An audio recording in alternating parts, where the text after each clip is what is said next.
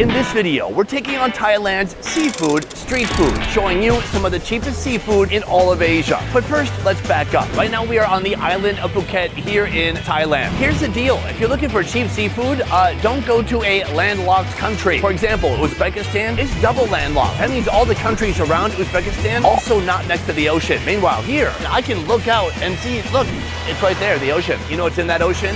Seafood. Today, we've come to a fascinating market. On this side, you will find all kinds of frozen and also fresh live seafood. And then on this side, there are restaurants where you can take that seafood and they will cook it up for you to enjoy. My mission today is to show you that even though Thailand can sometimes be expensive, the seafood, if you go to the right spots, can be extremely affordable. Today I'll be taking on 5 rounds of seafood, with each one getting more expensive. And you may be surprised to find that even the foods that should be very pricey don't cost that much after all, like this 6-pound lobster. But for now, let's start with our cheapest seafood round. Hello, sir. I'm looking for your cheapest seafood. Cheaper, this one cheaper. We've got tiger prawns, we got some freshwater river prawns, and they're pointing also to the scallops. So we've got our first glimpse of affordable or cheap seafood. The trick here, buy dead stuff. As much as I love saving money, I feel like we're gonna still be able to find some pretty good live seafood that isn't that expensive. How can you see all this live, breathing seafood and opt for something that's dead and frozen? That stuff could have been frozen since 1992. We need something alive. This is a beautiful array of snails. Next to these guys, their friends right over here, the clams. And next to those, the mussels. Right here, we have the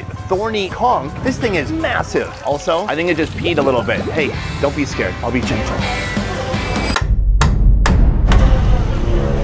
Beyond those, we have something I've never seen before. It's kind of a clam or a type of shellfish. I think the move here is to get some of these snails down here, a couple of these new forbidden random exotic species I've just discovered, and then one of these thorny conchs as well. For each seafood round today, it's simple. Buy the seafood from the vendors, then take it to a separate restaurant and have them cook up the seafood for an additional fee. Right now, they're actually gonna weigh the seafood. Why are they weighing it? Well, because you actually have to pay for them to cook it, but you pay by pound. I'm gonna reveal soon the price of all the seafood and how much to cook it, but let's cook the food first. At this restaurant, we'll be trying 3 different kinds of seafood, prepared 3 ways: stir-fried, steamed, and grilled. Starting with the thorny conch, done up stir-fried style. Step 1. Oy, oy, oy. I was gonna put that shell on my desk. Oh, my paperweight is ruined. Ooh, but look at that meat inside. R.I.P. thorny conch. From here, he uses a cleaver to begin thinly slicing the snail.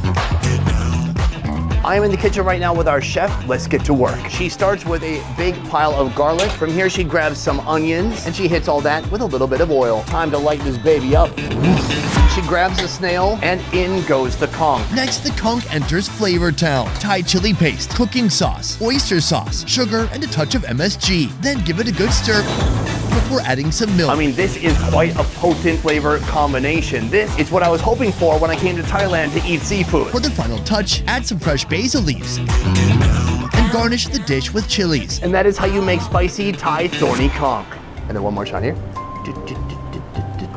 On to our next food. Both the snails and the giant clams are boiled in a wok. So these giant square-looking clams, locally they're known as horseshoe clams. And I guess it kind of makes sense. If you look at it, they kind of look like a horse hoof. After a few minutes, the clams start to open up, revealing a massive piece of meat inside. The next step is for our horseshoe clam to be placed over fire, because these bad boys are gonna be grilled. The next step is to put in a combination of garlic and butter. Back to the snails. The snail's head inside of a steamer, along with a lot of aromatics. We'll see you later. To me, these clams seem about half raw. They have decided they are finished, and maybe we can pop those in the microwave. At last, we have our final shellfish right here. The snails are being taken out of the steamer after steaming with those delicious aromatics. Course 1 is complete. Let's go try it out. Let's talk about prices. Right here, our small Thai snails are $3.65. Our 2 giant horseshoe clams are $3.65, and our big thorny conch is $4.56. Not bad at all, especially that thorny conch was gigantic in that shell. You can keep it as a souvenir. Oh yeah, he broke it into 1,000 pieces. Never mind. We also had to pay to cook the food, and that price is $7.61. Let's get into the actual food. I'm gonna stick this giant toothpick in here, and I'm gonna slowly rotate. Oh yeah, that's like a big hearty snail. It's got quite a funk. Luckily, I have some powerful Thai dips over here. I'm gonna go spicy. It is a little seafoody. I think what I'm smelling is the poop sack. It is like if you just smelled sand from the ocean mixed with a little bit of sludge. Hungry yet? But once you give it a dip in this magical sauce right here, that makes all the difference. The snail is nice and dense, it's kind of rubbery. The sauce is spicy, but not too spicy. It's a good snail. Right here we have our next one. This is a nice big horseshoe clam. That, I guess, is a big piece of muscle. Cheers.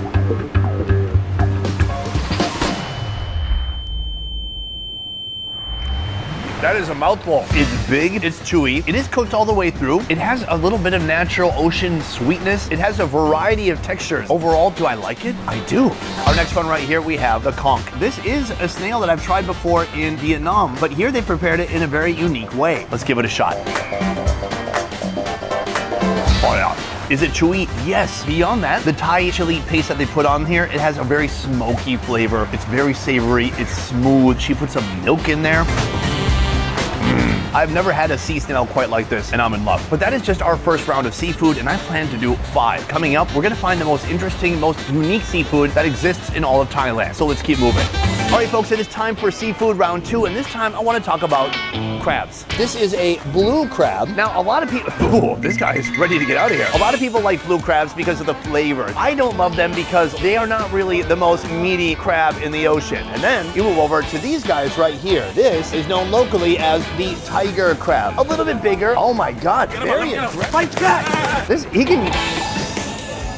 Oh, okay, he surrendered. Let's talk about this monster next. This is a mud crab. These big fat claws are just plump full of delicious, juicy protein. There's one more crab I want to show you, and that is the horseshoe crab. Boom. This is one of the most unique, most exotic, most bizarre seafoods in all the world. It quite literally is a prehistoric creature from the sea. This thing has been around longer than the Big Bang. Just science, folks. It has 10 bizarre little legs with little pinchers on the end. Here it has fins to help it swim through the water. On this side, you can see a couple little beady eyes and then a very strong armor. So, what do you eat? Inside of here, behind this thick, leathery, strong skin, is a bunch of eggs. So, what I'm gonna do next is I'm gonna buy 2 of these. We're gonna head to the kitchen and see how they cook up the horseshoe crab Thai style. Step 1, our man with a knife goes around the edge of the horseshoe crab. If you look closely right there, you can see the eggs from inside of the horseshoe crab. That looks wild. Step 2, he puts the crabs into this wok. From here, they're gonna boil for about 5 minutes. I'm being boiled alive. Someone help me. You guys suck. Time has passed and our crab is ready to come out. Back here, they have a nice little grill going, a little bit of charcoal, and that horseshoe crab is gonna go directly on top. So this guy right here is gonna grill over the charcoal for about 5 minutes. And then believe it or not, this one right here is gonna be turned into a salad. Step 1, he takes a